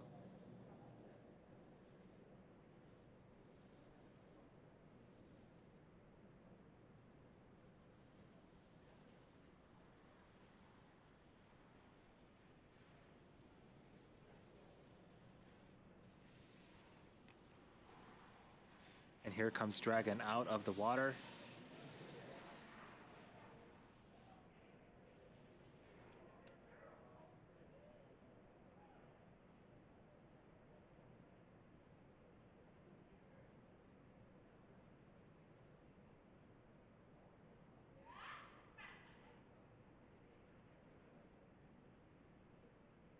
Incredible. Dragon is being lifted onto the recovery vessel into the Dragon nest. That is what you see them setting the vehicle down on right there. You can see at the very bottom of Dragon some water coming out. Again, that's the ballast system that helps keep Dragon upright in the seawater or in the ocean. So it's functioning as designed, and Dragon is now on the recovery vessel. Dragon's almost a little bit of a mix of a rocket, spacecraft, and a little bit of a boat. It does everything you need it to. Yeah, exactly. Dragon, welcome aboard the recovery vessel. Recovery personnel are completing final checks. Stand by for translation to egress platform in approximately 1 minute. Copy. Thanks. Good to be aboard.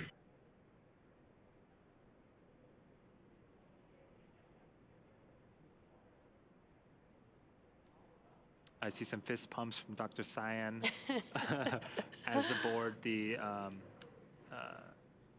Dragon capsule right now. Next event coming up after the team does some safety checks is opening the side hatch. That's going to be very, very exciting. We're going to see the crew for the first time, and they're going to see Earth for the first time since 3 days ago. Well, they've seen Earth. They've seen Earth. But from space. Yes. They'll see Earth from Earth now. They'll become Earthlings again.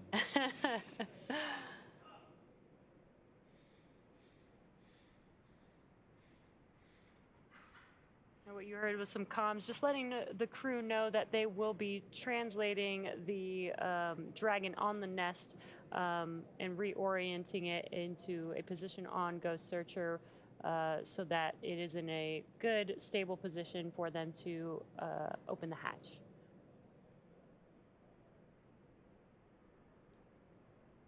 So while Dragon's top hatch houses the cupola. The astronauts will egress from Dragon's side hatch. That's what you see in the center of your screen.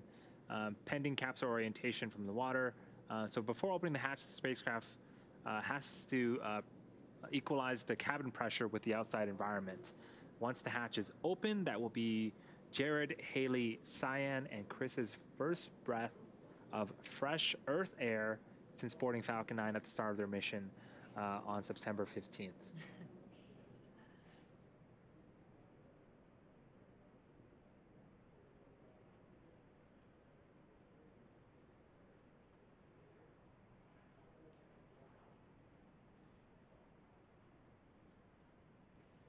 If you're just now joining us, you are watching the Inspiration 4 mission. The Inspiration 4 crew is back home on Earth. We have lifted Dragon with the crew onto the recovery vessel, and currently in a minute or so, they should be translating the vehicle into a position where they can open the side hatch and then perform the next steps for egressing, which will include a medical officer checking on them prior to that egress. Yeah, and on the right-hand side of your screen, that's a live shot inside the capsule. Dragon, translation imminent.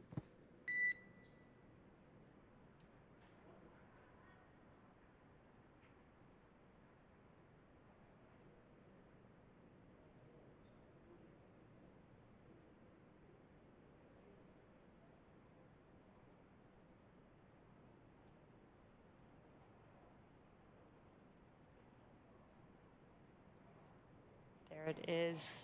They are translating the vehicle to just under the helicopter pad on the vessel.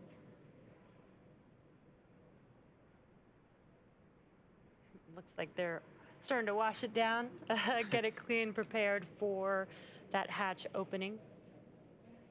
Yeah, this is essentially an egress or a platform for the crew members to exit. Dragon is quite large, and the side hatch is quite a bit a ways up, and so we want to make sure that when we open the side hatch, they can just comfortably get out. And what they have there is a ladder as they prep for hatch opening. There's a few things that they do have to do here for preparation before they open up that side hatch.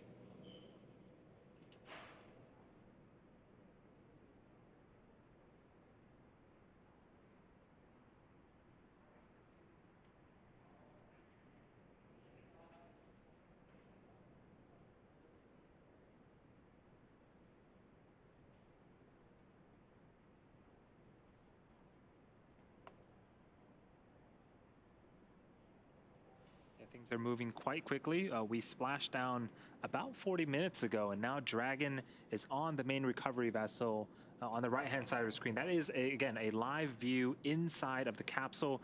You can't see their faces, but on the left-hand side of that shot, that's Jared Isaacman, the mission commander. To his right is Dr. Sian Proctor, the mission pilot.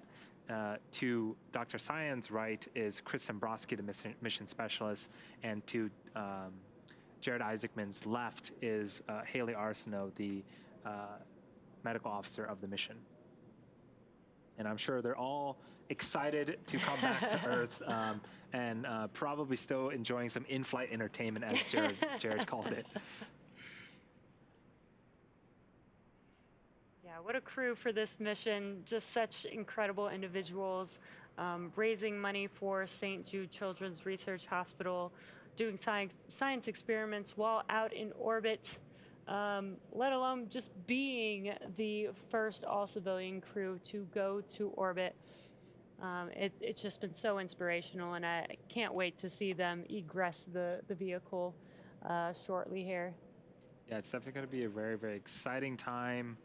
Yeah, all the science that they've done, all of that data is going to be available essentially to the public. And so,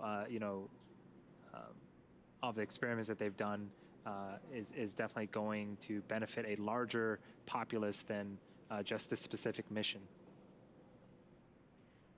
Right, and so far, this mission has raised up to $157 million for St. Jude Children's Research Hospital, which is incredible. That's going to save a lot of children's lives. Just an incredible mission from start to finish here.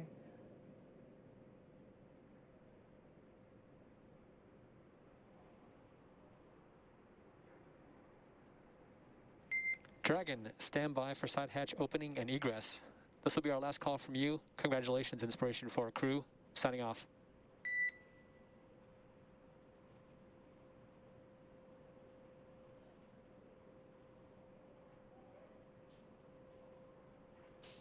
Great comms.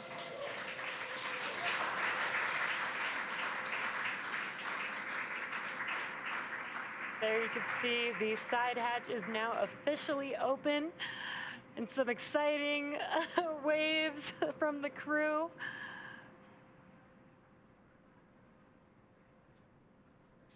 Now they are putting on some protection along the hatch door for while they egress the vehicle here. So we have members of the recovery team inside the capsule with the crew members. They're doing some checkouts, make sure everything is good before the crew can exit the capsule. But this is certainly very, very exciting. Again, that hatch has been closed and sealed for 3 days. This is the first time it's opened since we lifted off Wednesday, September 15th. And we have some fist pumps from Jared. I'm sure the entire crew is super excited. Could see them waving.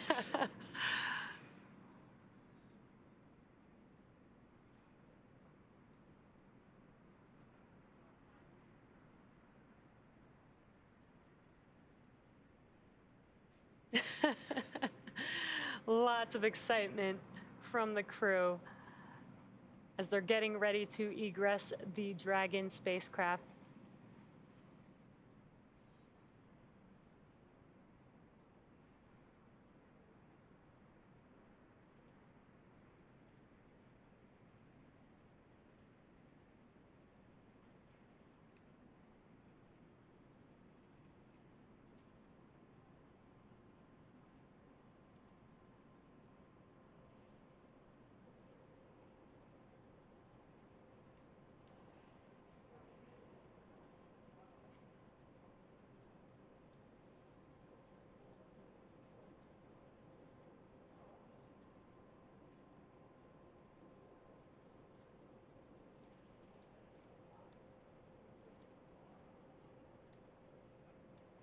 It looks like they are taking their tablets from each of the crew members in preparation for this egress. Now there is a procedure that they will go through even now as they egress the vehicle. It won't just be all of them getting out at once. They will follow a procedure. I believe they will be starting with egress of seat 1.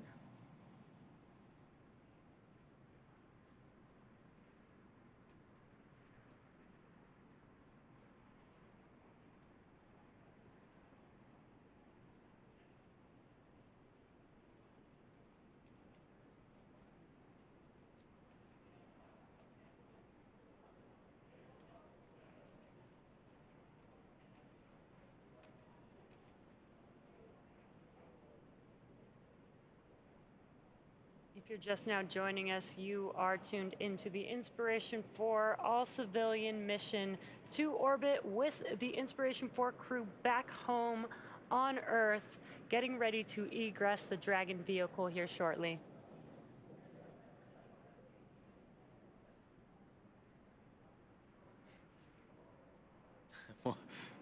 More exciting fist bumps.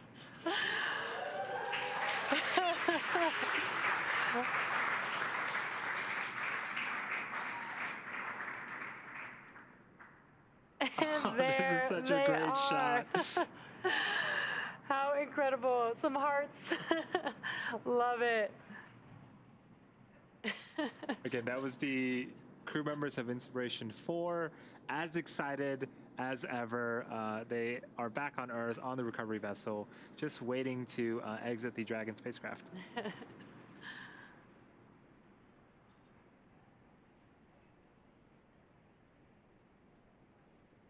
Some fist bumps going around.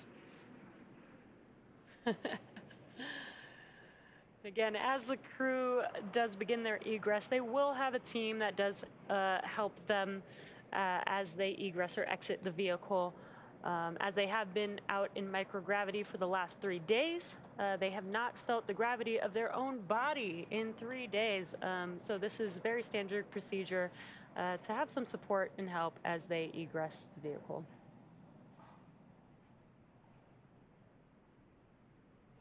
Right now, looks like they are removing the footrests at the bottom of their seats. This will give them some space as they exit.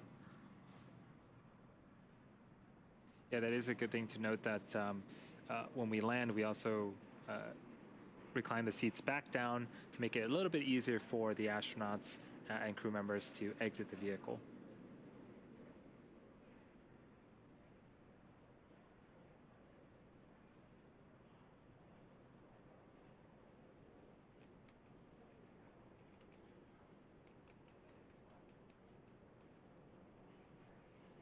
And it looks like we have our first crew member, Hayley Arceneaux, egressing the vehicle.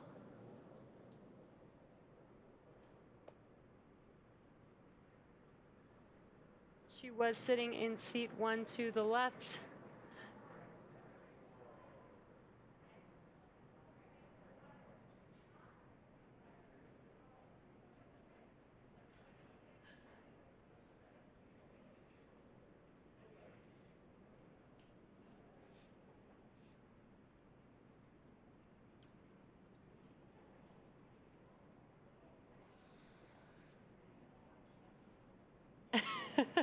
She looks very excited, even if we're just looking at the backside of her SpaceX spacesuit helmet.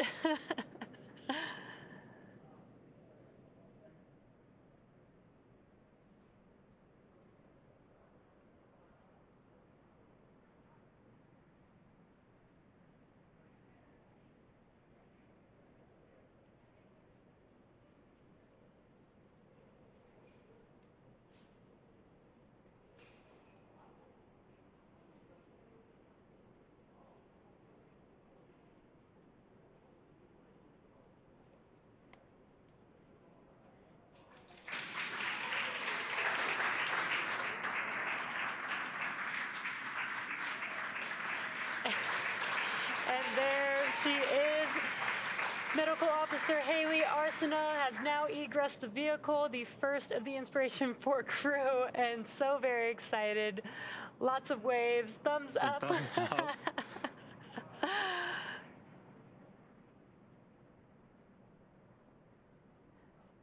Getting a little photo up.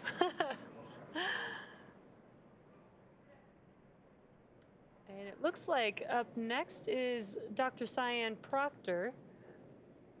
Yeah, this is very exciting for the crew to be exiting the capsule and finishing their Inspiration 4 mission, a mission that's done so much for folks around the world. Yes, absolutely inspiring all the way around. Just an incredible mission with an incredible crew. And here comes Dr. Cyan Proctor. There she is, excited as ever. Dr. Syan Proctor. Oh, I love it. Love it.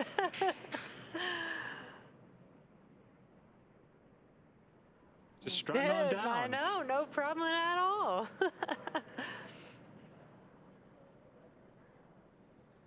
Looks like mission specialist Chris Sembroski is up next to egress the vehicle.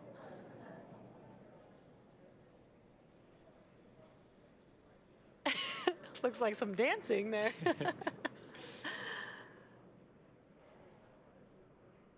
Again, there is crew there to help them egress to make sure that they do not damage their suits or themselves on their way out.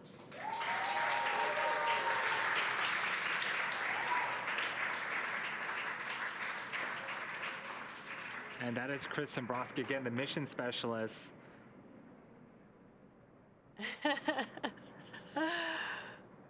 Again, with a smile all over his face, super excited, ready to go. Yeah, there we go. Last but not least, we have Commander Jared Isaacman getting ready to egress the vehicle as well. The final fourth Inspiration 4 crew member of the first all-civilian crew mission to orbit. And what a way to close it out. He was really the person with the vision. There he is.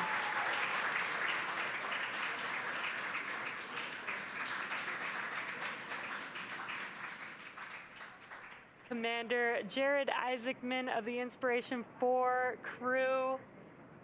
So excited.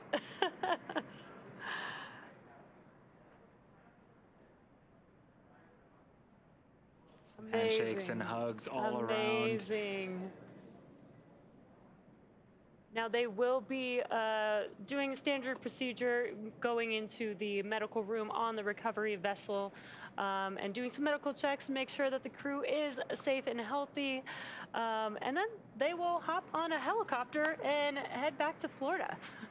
Yeah, well, now that Jared, Hayley, Cyan, and Chris are safely back home on Earth, and getting checked out by our medical team, we're going to wrap up our live coverage of their historic return.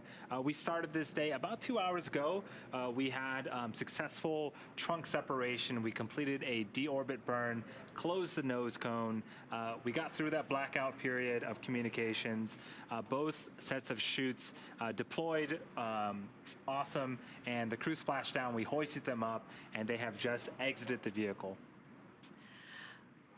Next up, they will catch a helicopter ride back to shore where they will be rejoined by their families. So welcome back to the Inspiration 4 crew.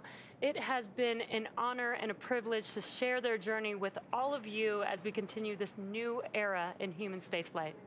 Yes, for updates, check out our social media.